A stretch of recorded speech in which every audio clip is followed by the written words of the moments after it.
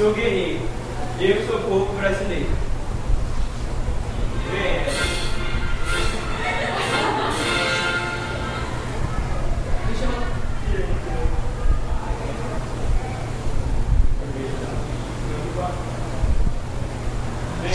Nosso trabalho aqui é sobre população brasileira. Aí, a nossa equipe aqui é formada por eu, Bruno Giovanni, Clay, a Isabela, Negrão e o Ramon.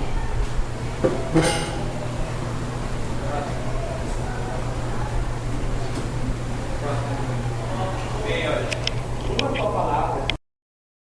Não sei para explicar todos os processos de experiência que marcaram a formação do povo brasileiro, marcados pelas contradições da convivência, nós constituímos uma nação de traços singulares, que até hoje se mostram vivos no cotidiano de vários tipos de brasileiros se reconhecendo no nosso país.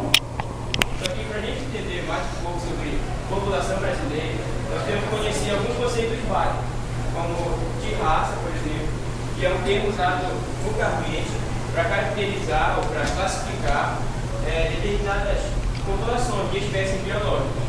E no caso das populações humanas, essa característica é a cor. No caso aí nós classificamos como raça branca, raça negra, raça mestiça. Aí tem também etnia. Termo etnia, mistura de raça, ou seja, cruzamento de raças diferentes. E aí chamamos de mestiço os indivíduos que nascem de raças diferentes. No caso, filho de uma mãe negra com um pai branco, termo biológico. E também essa miscigenação também pode ser chamada de mestiçagem ou também caldeamento.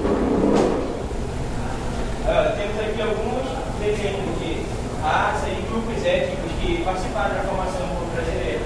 Temos o negro, o asiático, descendente asiático, os índios, populações brancas.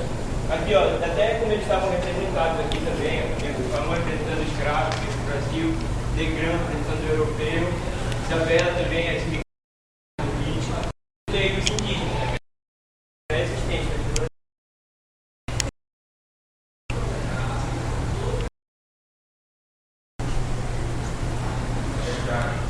Geográfica sobre o Brasil. No caso, ele também realiza o censo e as pesquisas sobre a população.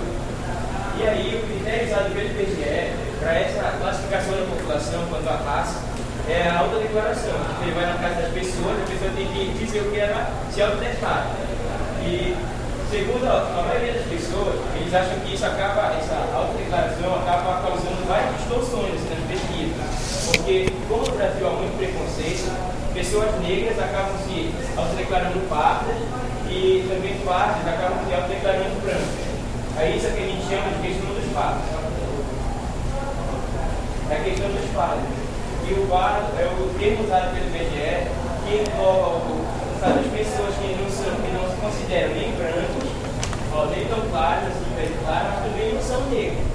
E eles também não se consideram nem indígenas e também nem descendentes de asiáticos. Bem, agora vamos falar um pouco aqui sobre os grupos que participaram dessa formação do povo brasileiro. Nós temos aqui os indígenas, que é conhecido como pele vermelha. No período colonial, eles eram entre 2 e 3 milhões de índios aqui no Brasil. E com a chegada do europeu, eles tiveram sua população, suas terras exterminadas mesmo, sofrendo genocídio. E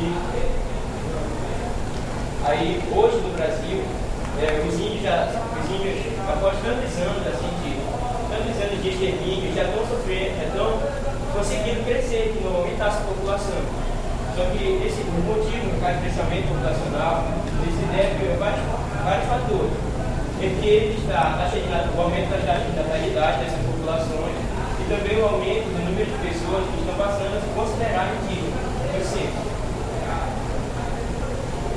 Como diz aqui, segundo a FUNAI, a Fundação Nacional do Índio, o total de áreas para a reserva cresceu 41%, e a população indígena 56% somente na última década.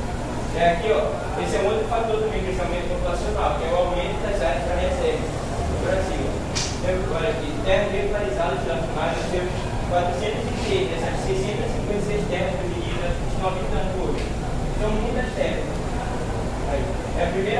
séculos de diminuição, que eu já falei.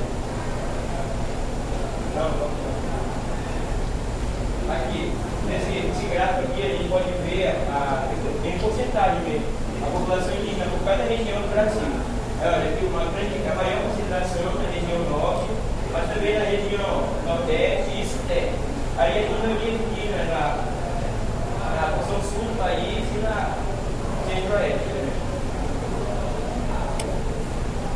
Aí aqui, ó, dá para ver no mapa onde se localiza as principais reservas indígenas. O maior número você pode ver que é na Amazônia aqui, ó. Grande do Pará, Minas Gerais. A migração interna do país. No Brasil predominam as migrações voluntárias, que são motivadas por desejo próprio, ao contrário das impedidas ou forçadas, por questões socioeconômicas. Tem duas animações.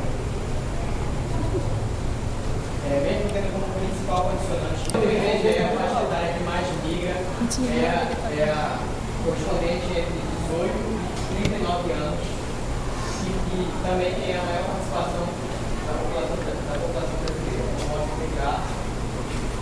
A população de 0 a 14, de 15 a 64, e está incluído de 18 a 39 anos, que corresponde à maior participação relativa à população de grupos etários. História das migrações. Os movimentos migratórios foram, ao longo da história, responsáveis pela ocupação de extensões do território brasileiro. O primeiro fluxo de relevância foi no século XVI e XVII, quando os criadores de gado do litoral nordestino, devido ao crescimento da economia açucareira, eles tiveram que sair da zona da mata açucareira para o agreste e depois para o sertão. Para o mesmo momento, o sertão de fora, que acompanhou foi a partir de Pernambuco até Rio Grande do Norte, Ceará, acompanhou o litoral, e o sertão de terra, que acompanhou o Rio do Sul. No século XVIII, nordestinos terroristas se dirigiram para as regiões literaturas de Minas Gerais, Goiás e Mato Grosso. No processo, eles foram para as regiões mineradoras de Minas Gerais, Goiás e Mato Grosso, no processo de uma incipiente colonização do centro-oeste, do centro-oeste. Com a diminuição da produção de ouro no século XIX, começamos a ter uma migração para o sudeste, principalmente Rio de Janeiro e São Paulo, com o início da produção cafeeira no Vale do Paraíba. Já no final do século XIX, tomou força a saída de nordestinos para a região da Amazônia, com o início da produção da borracha. Gerou a modernização principalmente das duas capitais, Manaus e Belém. Então, olha aí, a nível de volta a Enem, né, isso já foi forte na UFPA, mas de um tempo para cá diminuiu essa força. E não passaram a não cobrar tanto essa questão de movimentos populacionais, mas isso já foi forte na UFPA. Questões de análise discursiva com movimentos populacionais, era um assunto que a gente trabalhava mesmo de forma pormenorizada. Aí depois parou de vir, e agora no Enem eu percebo, né, ocasionalmente, coisas relacionadas a esse movimento, essa movimentação. E o que é que você tem que prestar atenção? O mapa vai estar lá, o mapa. Vai ter a seta. Tá. Onde começa o movimento? É onde a seta começa. É onde ela começa. Onde termina o movimento? É onde termina lá a seta. Aí você vai perceber o sentido dessa movimentação pela pontinha da seta, né? Na verdade é a seta em si, né? Que na verdade é a linha, onde começa a linha, onde nós vamos ter a seta apontando e onde termina o movimento. Não é para onde aponta a seta, é onde para, tá? Não é para onde aponta, porque de repente o cara pega lá do Nordeste, aí vem apontando para baixo. O cara diz assim, essa migração é para a Argentina. E ela está apontando para a Argentina, ela está apontando para o Uruguai, ela está apontando para a Antártida, né? Então não é assim, é onde para. Então, nesse sentido, é importante que você tenha uma noção dos estados. Então, um conhecimento puxa o outro. De que estado está saindo mais ou menos? Onde começa a seta, a linha. Onde está parando? Aí onde para a seta, ver qual é o estado. Então, é necessário saber o estado. Então, para a gente fazer o trabalhinho lá de fazer o mapa, fazer o estado, saber onde fica o Amazonas, onde fica o Pará, onde fica o Mato Grosso, para você não se confundir. Onde fica ali a área de Goiás, o Distrito Federal, o Planalto Central. Então, esse é um ponto. Então, olha o mapa, olha onde começa a linha, é o local de saída das pessoas, para onde vai é o local de destino final. Né? Outra coisa, data.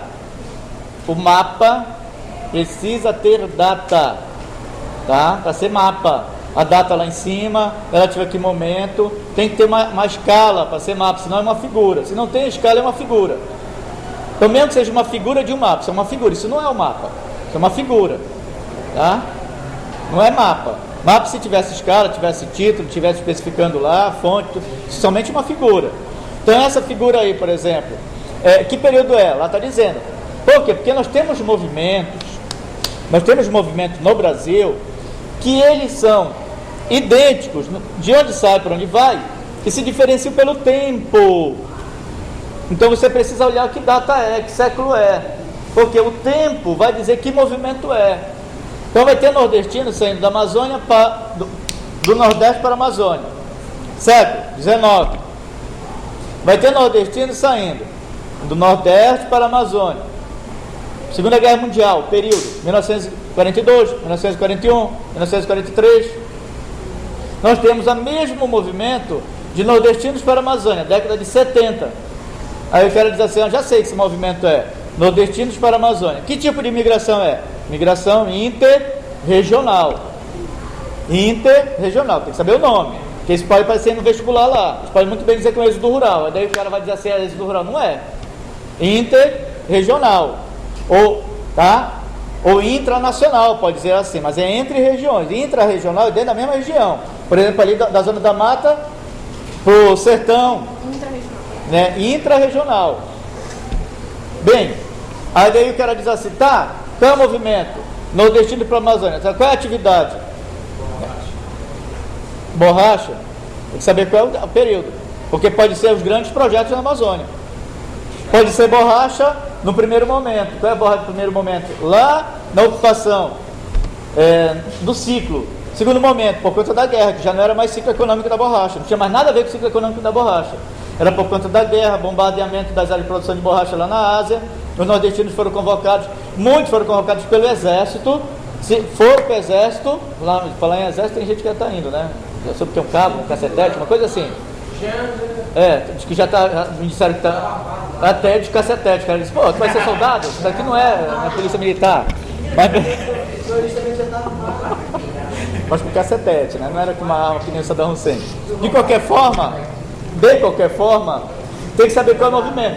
O exército pegar a gente lá do Nordeste, aí o cara diz assim, olha, estou passando fome, vou para o exército. Vou para a guerra, dizia, você tem outra opção, tu vai para a guerra ou tu vai para a Amazônia? O cara dizia assim, vou para a Amazônia. Chegava aqui e dizia assim, meu Deus, me manda para a guerra. Porque aqui era um pé. Me manda para a guerra. Porque os caras eram obrigados a trabalhar, era como se fosse escravidão, estava no exército, se parasse de trabalhar era desertor. Então é totalmente diferente a segunda migração de nordestinos para a Amazônia durante a Segunda Guerra do que a primeira. Foi motivo de uma grande seca e tudo mais. Totalmente diferentes os motivos. Então você precisa saber isso. E na década de 70, os grandes projetos agropecuários na Amazônia e depois agrominerais. Década de 70, projetos agropecuários. Década de 80, projetos agrominerais. Então até isso. Então dependendo da época, você vai ter um movimento por um motivo diferente. Então isso vocês precisam saber. Tá?